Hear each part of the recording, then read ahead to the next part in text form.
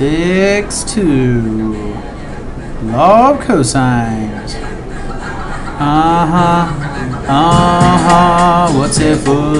Everybody knows about the law of cosines. 6-2. Such an exciting time. Here in the law of cosines, you may have to use the law of sines along with it. Your law of cosines follows a basic format of a formula here, where you're going to take whatever side you are looking for and its angle. Notice that if you have the side on one side of your equal sign, then you're going to have the cosine of that angle on the other side. So it doesn't matter if it's A here, B on the other side, and then cosine of B, or C squared and a cosine of C. But you can't ever have a C squared and a cosine of B. So these first and last variables have to be the same. In the middle, if you're dealing with A's on the outside, then you have a B squared plus a C squared minus a 2BC times the cosine of A. So then your other two variables are shown twice. So you have a B here and a B here and a C here and a C here. This formula will be given to you, so you're not going to have to memorize it, but you do need to know how to use it. So if you have whatever your side is and your angle on the outside, the other two sides are on the inside. Nothing to do with the other two angles.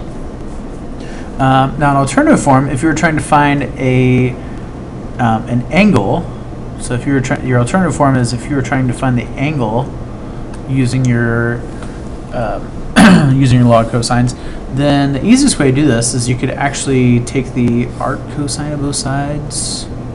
Yeah, that doesn't mean that you're going to take your cosine and flip it over. This doesn't become a 2BC over B squared plus C squared minus A squared. This would just be the formula of, and this is probably something easy to remember, the A is equal to the arc cosine of B squared plus C squared minus A squared all over 2BC. So that's another way you could think about this formula if you're just trying to find your angle A. You're trying to find the arc cosine of taking all this stuff with your sides. So let's look at our first example.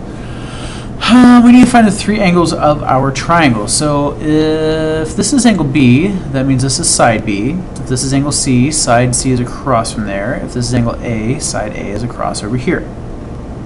So we're going to have to take, in order to find let's just find angle A. So if angle A is equal to the arc cosine, whoops, I don't know how that got over there. The arc cosine of B squared plus C squared minus A squared all over 2BC. Now, since we have all of our three of our sides, we can plug these in and find out what our answer is. So let's say A is equal to the arc cosine. Plug in our values. So for your B squared, that's going to be a 19 squared, plus your C squared, which is 14 squared, minus A squared, which is 8 squared, over 2 times a 19 times a 14. So if we put all these together, we're going to have to find the arc cosine of, and you plug these in. Let's just go to 4 decimals. So this, when you simplify everything up here on the top, this becomes a 0.9267, and that's good that value is not above 1, because remember your arc cosine is between -1 and 1. So if we plug this in your calculator, make sure you are in degrees, not radians, then your angle becomes 22.1 degrees. So there is your first answer, angle A. Now let's find out what angle B is. You're going to do the same formula except you're using different values. So we're going to say angle B is going to be the arc cosine of, now instead of having B's on the inside here, we're going to, or B's first, we're going to go A squared plus C squared minus B squared all over 2 times A times C. And we plug in all of our values. So the arc cosine of a squared, which is 8 squared, plus your c, which is 14 squared, minus your b, which is 19 squared, all over 2 times 8 times 14, which gives us the arc cosine of, get our decimal here, negative 0.4509. And if you plug that in your calculator, then your angle B is going to be approximately 116.8 degrees. Now that's only one way you could find out what angle B is. I'll show you another way here in a moment. But let's find out what angle C is.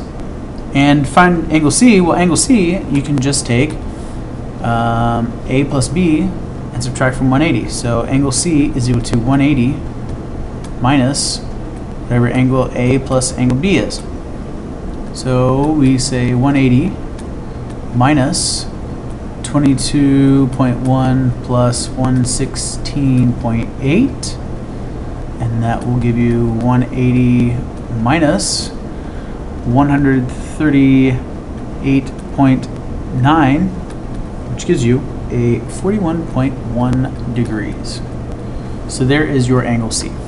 So there are your 3 angles that you had to find. We use the law of cosines for A and B, and then for the last angle, once you know 2 of them, you can just add the other 2 together and subtract from 180. Now we used the law of cosines to find B, but we could have also, if we knew that angle A was 22.1 degrees, couldn't we have used the law of sines by saying and if we're trying to find angle B, we say the sine of B over side B, which is 19, is equal to the sine of, now we can use our A, 22.1 degrees, over side A, which is 8. And if we want to solve this equation by cross multiplying, you're going to end up getting the sine of B is equal to 19 sine of 22.1 degrees all over 8. And what we could really do is just find the arc sine of that, because in order to use the arc sine or arc cosine where we want to find an angle length, so you'd say 19 sine 22.1 degrees all over 8, and you're going to end up and get the same answer of 116.8 degrees. So after you use your law of cosines to find your first angle, you could use the law of sines to find your second one, and then add those 2 together to find your third.